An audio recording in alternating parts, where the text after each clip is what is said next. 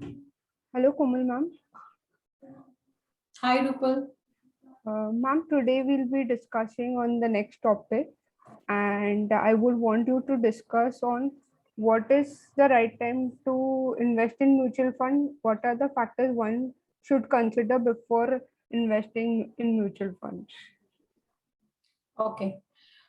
So, Rupal, last time we discussed what are mutual funds, and I told you that mutual funds are nothing but a pool of customers' money, जिसको mutual fund manager further invest करता है to generate some revenue. Right. So जब हम बात करते हैं कि mutual funds हमें कब इन्वेस्ट करना चाहिए या म्यूचुअल फंड इन्वेस्ट करते टाइम हमें क्या क्या फैक्टर्स कंसिडर करने चाहिए, तो उससे पहले सबसे पहले हम एक ब्रॉडली म्यूचुअल फंड्स को डिवाइड कर लेते हैं कि म्यूचुअल फंड्स किस किस कैटेगरीज के अवेलेबल हैं. So mutual funds basically 3 categories के रहते हैं.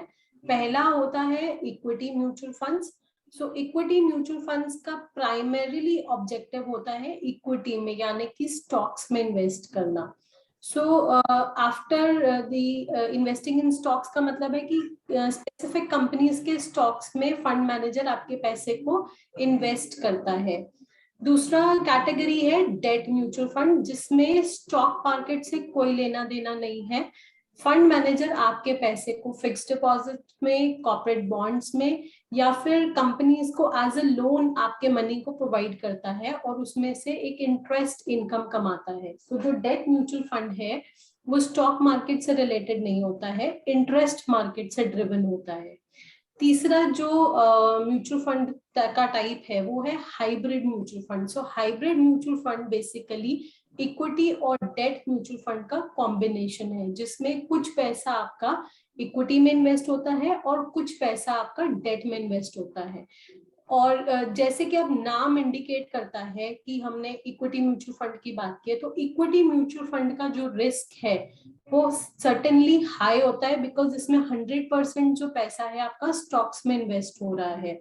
सो जिस तरह से रिस्क है उसी तरह से उसका रिटर्न भी हाई होता है. So higher we are taking the risk, higher the return we will be getting. सो जब हम फंड की बात करते हैं, क्योंकि date mutual fund stock market से रिलेटेड नहीं है, उसमें एक इंटरेस्ट इनकम जनरेट होती है, तो उसका risk comparatively equity mutual fund से कम होता है. तो जब रिस्क कम है तो उसका रिटर्न भी कम होता है. जो हाइब्रिड म्यूचुअल फंड है, क्योंकि वो इक्विटी में भी इन्वेस्ट कर रहा है और डेट में भी इन्वेस्ट कर रहा है, तो जो उसका रिटर्न है वो डेफिनेटली डेट फंड से तो ऊपर होता है, इक्विटी से नीचे होता है. सो एक medium kind of risk return उसमें आप जनरेट करते हैं और मीडियम काइंड ऑफ रिस्क ही उस तरह के म्यूचुअल फंड में होता है. अब हम बात करते हैं कि जब हम म्यूचुअल फंड इन्वेस्ट करते हैं तो हमें क्या क्या फैक्टर्स कंसिडर करने चाहिए. सो सबसे पहला फैक्टर आता है कि कस्टमर का रिस्क एपेटाइट क्या है. कस्टमर अपने पैसे के ऊपर कितना रिस्क लेना चाहता है. तो बेसिकली इस पूरे प्रोसेस को रिस्क प्रोफाइलिंग कहते हैं, जिसमें कस्टमर से डिफरेंट टाइप्स ऑफ क्वेश्चंस पूछे जाते हैं और उसके बाद उसका एक रिस्क का लेवल डिसाइड करते हैं कि क्या वो हाई टेकिंग रिस्क एपेटाइट का है या वो मीडियम रिस्क टेकिंग एपेटाइट का या फिर कंजर्वेटिव है, बिल्कुल भी रिस्क नहीं लेना चाहता है. सो कुछ उसके फैक्टर्स जैसे उसका एज हो गया और कुछ उसके डेमोग्राफिक फीचर्स हो गए, ये सारी चीजें डिसाइड करती हैं कि कस्टमर का रिस्क एपेटाइट लेने का क्या है, और उस तरह से उसका एसेट क्लास डिफाइन किया जाता है कि क्या उसको इक्विटी में जाना चाहिए, डेट में जाना चाहिए या उसको हाइब्रिड में जाना चाहिए. सो फर्स्ट फैक्टर हो गया रिस्क एपेटाइट डिफाइन करने का. उसके डिफाइन जो हम फैक्टर लेते हैं वो रहता है टाइम, कि जो कस्टमर मार्केट में या म्यूचुअल फंड में इन्वेस्टमेंट देख रहा है वो उस पैसे को कितने टाइम के लिए स्पेयर कर रहा है या उसकी रिक्वायरमेंट उस पैसे को लेके कितने टाइम के बाद है. सो टिपिकली अगर एक इन्वेस्टर को इक्विटी म्यूचुअल फंड में इन्वेस्ट करना है, सो उसका जो टाइम ड्यूरेशन है वो लंबा होना चाहिए, एटलीस्ट 5 to 7 years होना चाहिए. डेट म्यूचुअल फंड में different categories of debt fund है जो डिफाइन करते हैं कस्टमर के टाइमिंग को. So it can be as low as 90 days, 90 दिन के लिए भी क्लाइंट इन्वेस्ट कर सकता है डेट म्यूचुअल फंड में, and as long as 5 years. So debt time ये डिसाइड करेगा कि आपको किस तरह के म्यूचुअल फंड में पैसा इन्वेस्ट करना है। सो सेकंड फैक्टर हो गया आपका टाइमिंग, कि आप किस टाइम के लिए पैसे को स्पेयर कर रहे हैं इन्वेस्टमेंट के लिए। के बाद जो आपका फैक्टर आता है वो आता है कि आप किस कंपनी का म्यूचुअल फंड लेना चाह रहे हैं। तो वो आईसीआईसी का है, एचडीएफसी का है, उसका पूरा fund as a fund group, उसका साइज कितना है, उसका कितने टाइम से वो फंड हाउस मैनेज कर रहा है फंड्स को। तो ये भी एक इम्पॉर्टेंट फैक्टर है डिसाइड करने के लिए कि हमें किस म्यूचुअल फंड में इन्वेस्ट करना चाहिए। उसके बाद जो हमारा फैक्टर आता है वो आता है पास्ट परफॉर्मेंस, कि इस फंड ने पास्ट में 3 साल में, 5 साल में, 10 साल में क्या रिटर्न कमा के दिए। हालांकि हिस्टोरिकल जो रिटर्न है वो हमें फ्यूचर का इंडिकेशन नहीं दे सकता, क्योंकि पास्ट में अगर एक फंड ने अच्छा परफॉर्म किया है तो हम ये नहीं कह सकते कि फ्यूचर में भी वो अच्छा परफॉर्म करेगा। बट स्टिल, क्योंकि हम रिटर्न के लिए म्यूचुअल फंड में इन्वेस्टमेंट कर रहे हैं, सो हमें पास्ट रिटर्न्स देखना जरूरी है कि इस पर्टिकुलर फंड हाउस ने क्या रिटर्न्स कमा के दिए हुए हैं।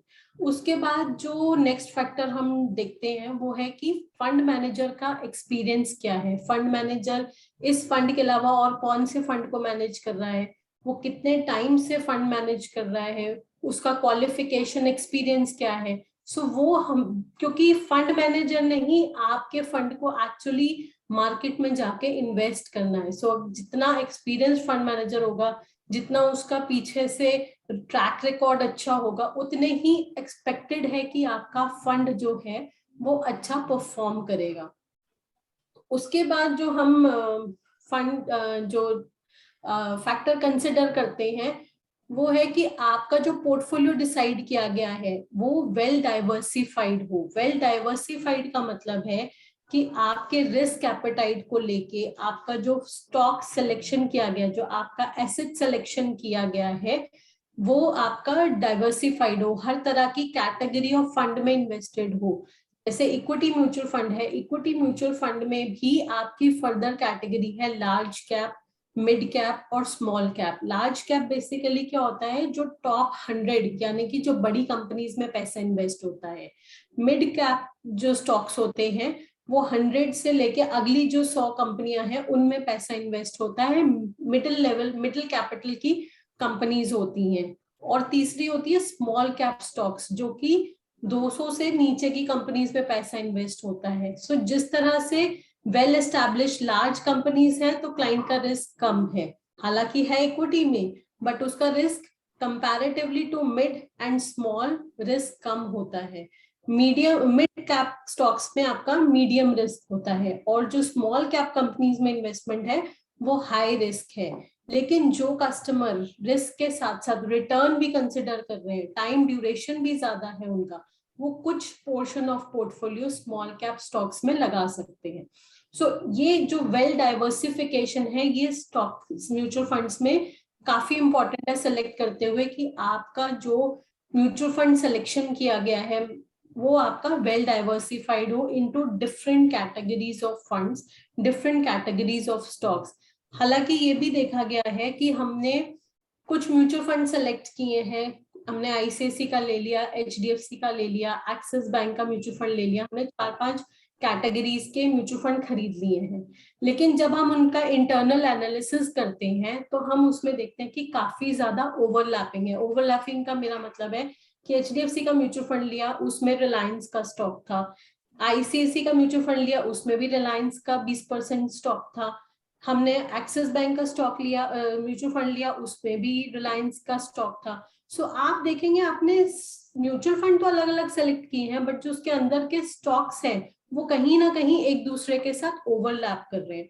सो वेल डाइवर्सिफाइड पोर्टफोलियो से मेरा मतलब है कि आपका जो पोर्टफोलियो आपने बनाया है, आपने जो अपने म्यूचुअल फंड्स डिफरेंट कैटेगरीज के सेलेक्ट किए हैं, उनमें आपकी ओवरलैप की जो परसेंटेज है वो कम होनी चाहिए। अगर वो ज्यादा है तो आपका पोर्टफोलियो सिर्फ ऊपरी मायने में देखने के लिए अलग अलग म्यूचुअल फंड में इन्वेस्ट किया गया है, बट अंदर के जो स्टॉक्स हैं वो बेसिकली एक दूसरे के साथ ओवरलैप कर रहे हैं। सो ये कुछ फैक्टर्स हैं जो हमें कंसिडर करने चाहिए जब हम म्यूचुअल फंड्स के लिए स्टॉक सिलेक्शन कर रहे हैं, या हम प्लानिंग कर रहे हैं कि हमें म्यूचुअल फंड में इन्वेस्टमेंट स्टार्ट करनी है। बाकी आप अपने फंड एडवाइजर से एक बार डिस्कस कर सकते हैं कि आपका वेल डाइवर्सिफाइड पोर्टफोलियो कैसा बनना चाहिए। गेनर्स भी आपको ये सर्विस प्रोवाइड करता है जिसमें आपको हम प्रीवियस पोर्टफोलियो स्टडी करके आपको ओवरलैप रेशियो, आपको आपका फंड किस तरह से परफॉर्म कर रहा है, ये सारी चीजें बताते हैं। और अगर आप नया पोर्टफोलियो बनाने के लिए देख रहे हैं तो उसमें भी आपका रिस्क प्रोफाइलिंग करके आपका टाइम ड्यूरेशन समझते हुए आपको वेल डाइवर्सिफाइड पोर्टफोलियो प्रोवाइड करता है। रूपल और कुछ आप जानना चाहेंगे इस रिगार्ड्स में? मैम थैंक यू, काफी अच्छा डिटेल बताया आपने डिस्कशन में। एक क्वेश्चन था वेरिन आपने बताया 3 तरीके के इन्वेस्टमेंट होती है, इक्विटी, डेब्ट and hybrid. So is it that hybrid is more balanced and ज्यादा बेटर होगा rather than depth and equity, क्योंकि दोनों का कॉम्बिनेशन, इक्विटी भी आता है डेप्थ भी आ जाता है। यस, सो हाइब्रिड बेसिकली आपको कॉम्बिनेशन प्रोवाइड करता है जिसमें मिक्स होता है इक्विटी का भी और डेट का भी।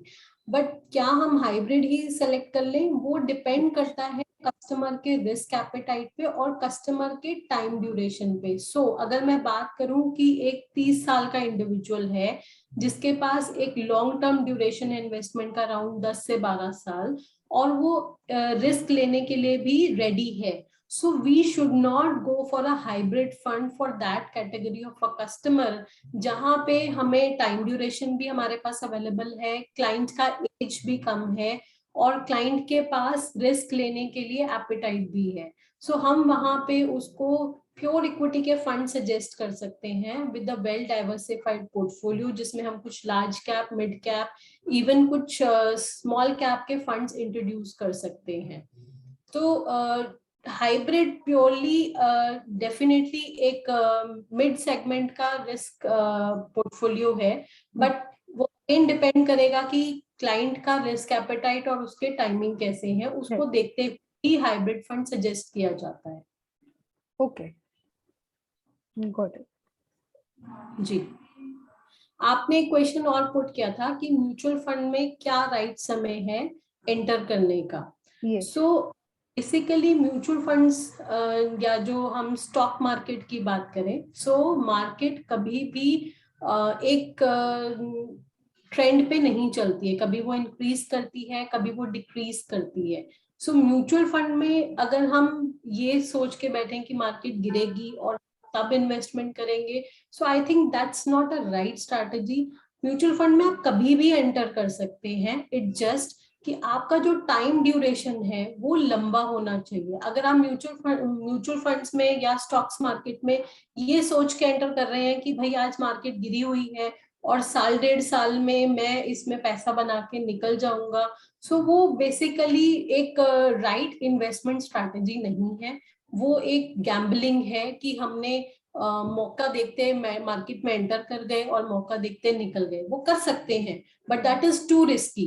सो अगर एक कस्टमर बिना रिस्क लिए हुए और एक कंसिस्टेंट परफॉर्मेंस चाहते हैं अपने फंड से, सो मार्केट में वो कभी भी एंटर कर सकते हैं, बट उनका जो टाइम ड्यूरेशन है it should be long, at least 5 to 7 years। अगर वो उस स्ट्रैटेजी से एंटर करते हैं मार्केट में और राइट सिलेक्शन ऑफ स्टॉक्स या म्यूचुअल फंड लेते हैं, सो डेफिनेटली उनका जो रिटर्न है वो उनके हिसाब से मार्केट में जरूर बनेगा।